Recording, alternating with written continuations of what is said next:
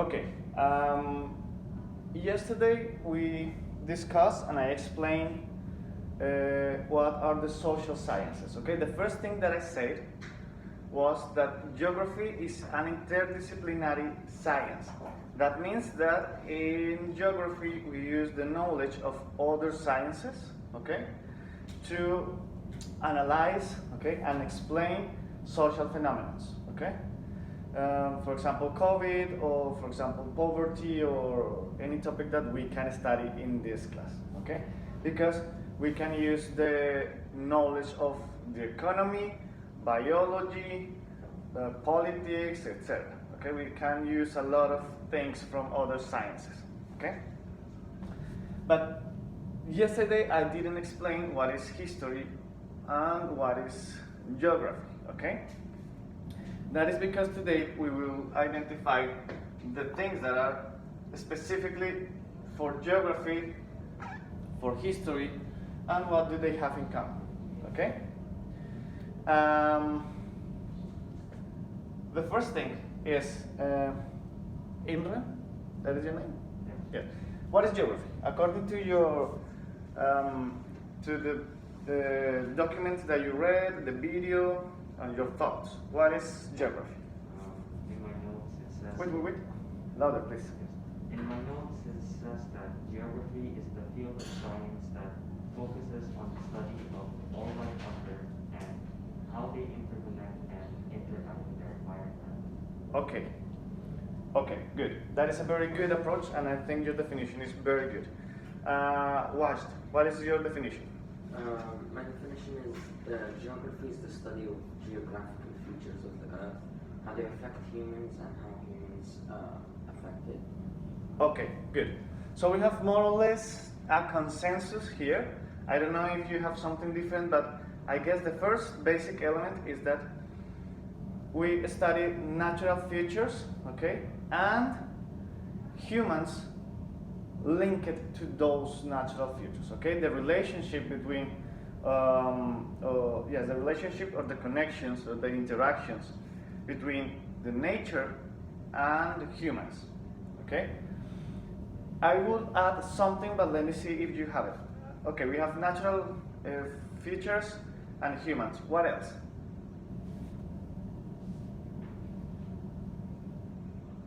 Something more that you included in your definition? If at this point your definition includes this, it's okay. It's a very good definition, don't worry. But if you have something additional, let me know. What else? Nothing? Okay, we will understand in geography too interactions between humans, okay? Of course, located in a particular space, okay? In a particular territory. So, something important here, okay? Geography, okay? This is great.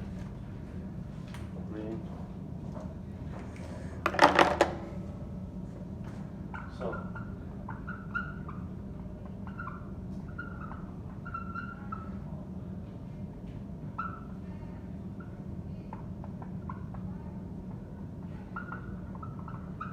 okay, natural features linked to humans, okay, how they are interconnected. Okay, good. That is a very good element. Thank you very much. And what is history? According to your research, if you advanced on that research. Ala, what is history? For me, my notes, history is the study of the human past as it is described in written documents left behind by humans. Okay, human past, okay.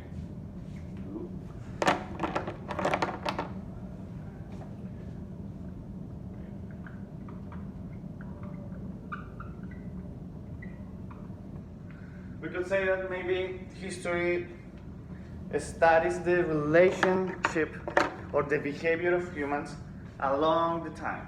No? That is maybe a good definition. Yes, sure. If you read both, what do they have in common? Yes, that is something very important.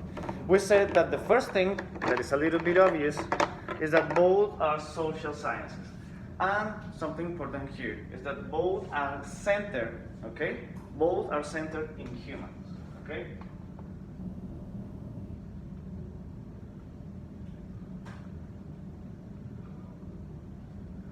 Now, we have here something important to say. This is very obvious in history, okay? We analyze the history of human beings, okay? But sometimes some students, okay, some people consider that geography is about mountains, rivers, and maps. That's it, okay?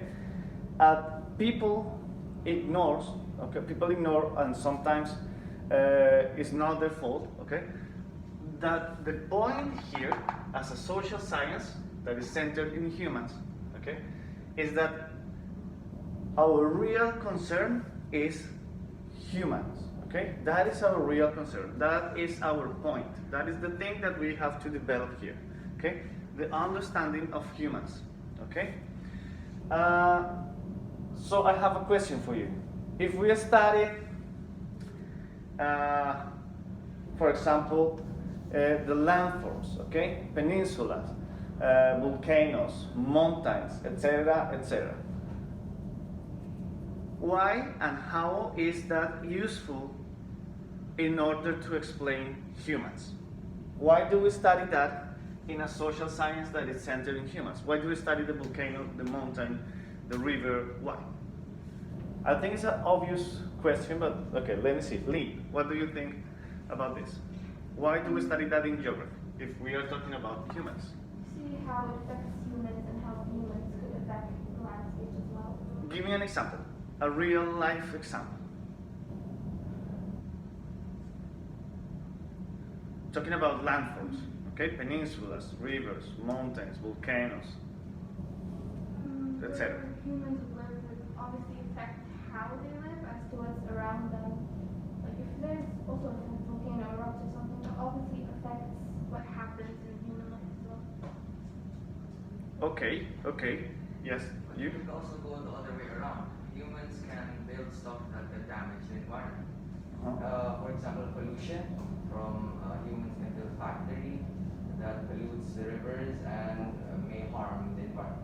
Yes, that's true. That is one of the saddest things that you study when you study the Industrial Revolution, okay? That from one day to another, the rivers that were beautiful and full of life were now polluted and destroyed, okay? That is terrible. And yes, we try to study that. Any other example of the relationship of mountains, rivers, volcanoes, something like that, with humans? Alan, what do you think? Can you give me a real example? For example, you say the pollution of the rivers. Okay, good. What if we say about rivers and I'm giving you time for thinking in your answer. What if we think, for example, about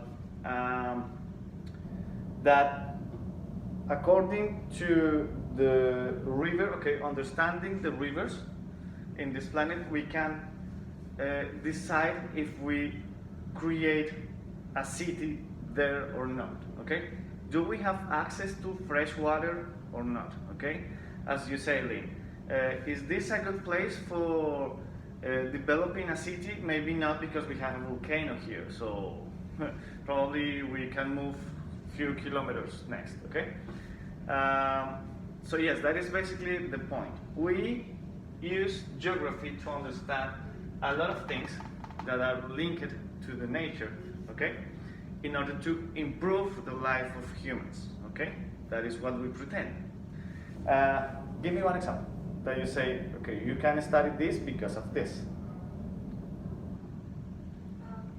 Like discovering count. Mm-hmm. Yeah, sure. Like now, scientists they go to places to see features or anything new, so they can write down its history. Okay. Yes, that's true. When you say discoveries, I immediately imagine, for example, when, I don't know, Christopher Columbus arrived to America, no? There is a geographical situation too, okay? It's historical, yes, political, it's economical, but that is possible because of geography. Or we can say that with that discovery, okay, for the Spaniards and Europeans in general, they transformed their geographical knowledge. Now we have a new continent that we have to include in our maps, in our navigation, etc., etc. Yes, this modifies the life of people. Okay, good.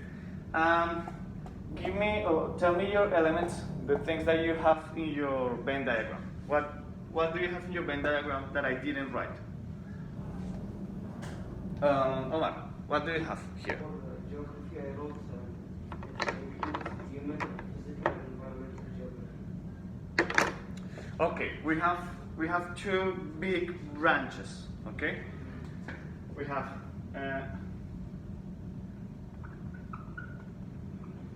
physical geography and human geography. What is the difference? Sounds obvious, but what is the difference? Omar, you say that, so tell me, what is the difference? The human geography studies like humans. In what way? Maybe the best option in this case is to give examples. Give me examples.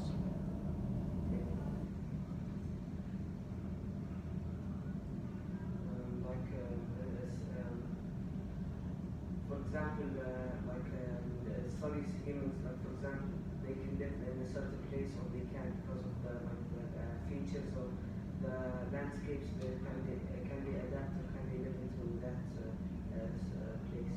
Okay, good. Yes, that is an option. Alan, you want to say something? But is a new point here, or is about physical or human geography? Physical, I was about to say. Yes, tell me. Physical geography is mainly about physical systems at the landscape scale. Yes, that is true. In physical geography, we will study, and I will go to your point because it's interesting.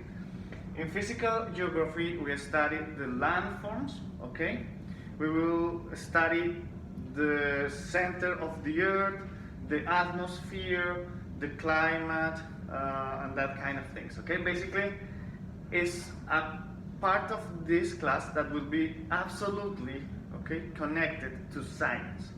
Okay, there you have, for example, and this classroom is the classroom of sciences. Okay, and you have there the Earth or the Sun, and then the core, etc., etc. Okay, we will do the same with our planet. We'll try to understand what is the solar system, what are the landforms, etc., etc. Okay, we will focus on that kind of things. Of course, cartography will be very important. Maps will be very important. Okay. But human geography, going again to your point. But do you want to say something? Yeah. Yeah, tell me. About human geography. Yeah, tell me. It's the understanding of how cultures, societies, and economics work. Yes. That's geography. Yes, remember what I said at the very beginning of this class. This is an interdisciplinary class. So we will go to the economy, politics, culture, that is anthropology. We will go to different social sciences in order to explain humans in specific places. Or, for example, movements of people, okay?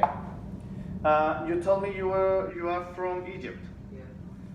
So why are you here in Qatar? Don't worry, don't tell me. But that is an example, okay? You moved from one place to another. You came from another country, me too, etc., etc., okay? Why do we move, okay? What we call the push or pull factors, okay?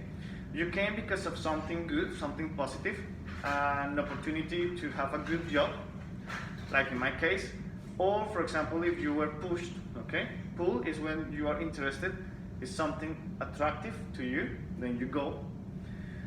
Or push factor can be, for example, if the violence or political persecutions force you, okay, to move from your city or from your country, okay?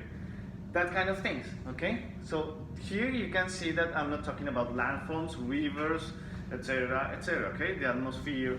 We are talking about strictly, as you said, Sultan, human aspects, okay? Cultural aspects, historical aspects, economical, political, etc. Okay? And those topics will be touched here in this class. I don't know if you included this. If you included this, let me know. But we will say something that maybe you included here, but it's not exclusive for geography. We will say that both use maps. The point here is that the experts in the creation, in the elaboration of maps are here, but that doesn't mean that they don't use it, okay? If I have to explain the World War II, probably one of the best tools that I have is the European map, okay? And I can show you the movements of the troops in this way, in another, the invasion of this city and that other, etc., etc., okay? Both uses maps, both use maps, but in this case we can say that they are the experts creating maps, okay? I will write it. Do you have maps here? Any one of you wrote about maps? No? I will say it, okay.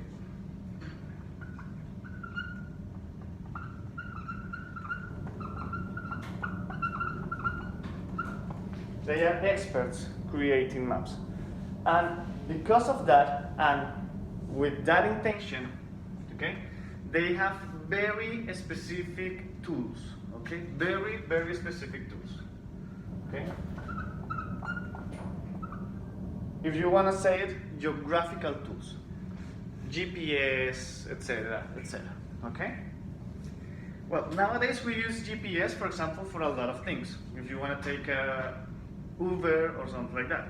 But originally, that kind of things were designed for geographers to do their job, okay? By geographers and for geographers. Okay, but I'm focusing a lot in geography. Of course, it's our class.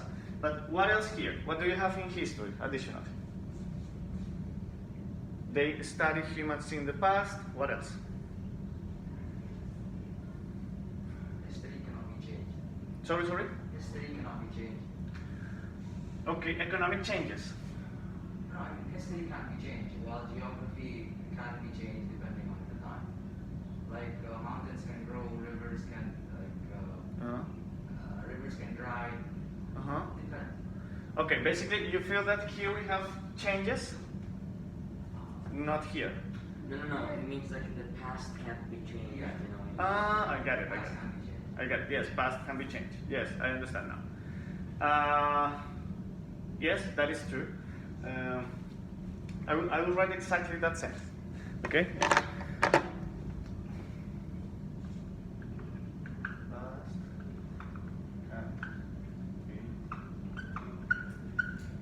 That is true, of course. We don't have any time machine, so that's impossible. That is true. But what is the point there? That we have a science that, or yes, a social science that is maybe just for analysis, okay? We can learn few lessons, historical lessons, in order to avoid in the future human mistakes, okay? But we can change it. What you are saying here then, as a deduction, is that this is a dynamic science? Yeah. It's dynamic, okay? It's in constant change, transformation. Yes, it's dynamic. Okay, good.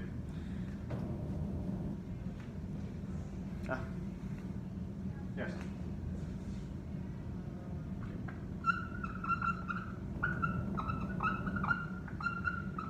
Okay, so we have transformations, changes. Write the concept that you want. I say transformations. Okay, if you prefer to say changes or dynamical, something like that, it's okay for you. Okay, that's okay for me.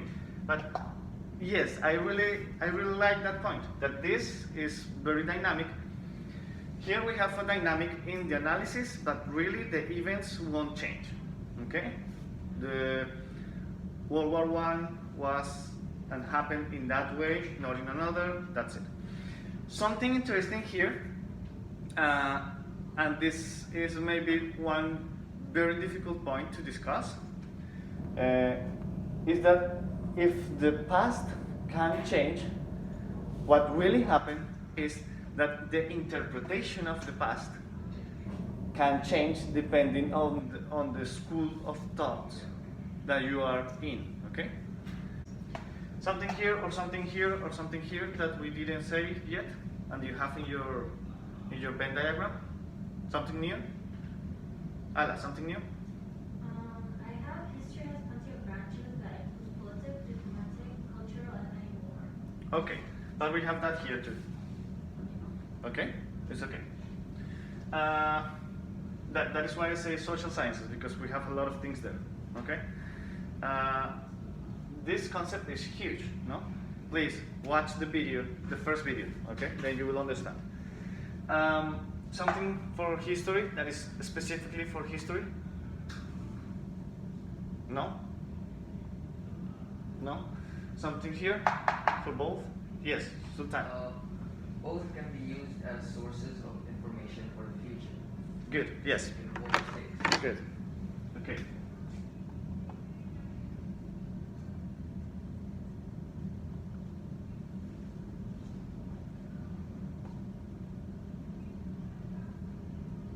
Yes, both can use to improve our future. Yes.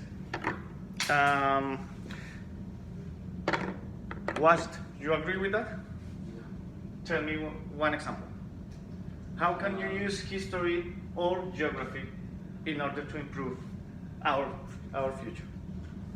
So, for example, when we study the past, for example, like in World War II or big historical events that had effects on many people, right? We can understand that. So, let's say there was someone that had the same ideas as Hitler that came to be now, right? Mm-hmm.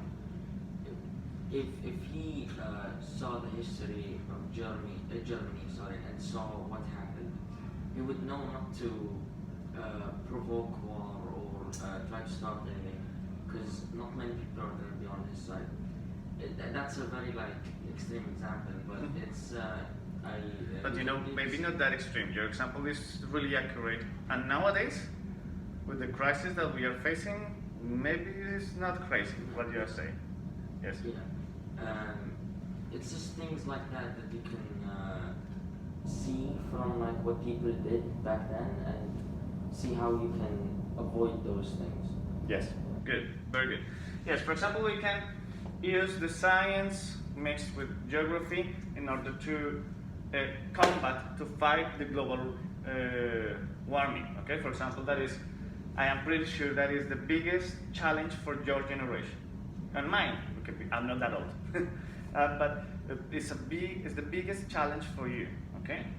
And maybe with this knowledge we can learn about maybe political transformations that were positive and we can repeat, or political mistakes that we have to avoid, we have to let in the past, okay? We can't repeat, etc., etc. Yes. I think we can finish with this. I know we have more things to say, okay? But I won't finish your homework. It's your homework, okay? But I would really like to finish with this, that we can use both, and in general all social sciences, in order to do something for our future, okay? I will stop this.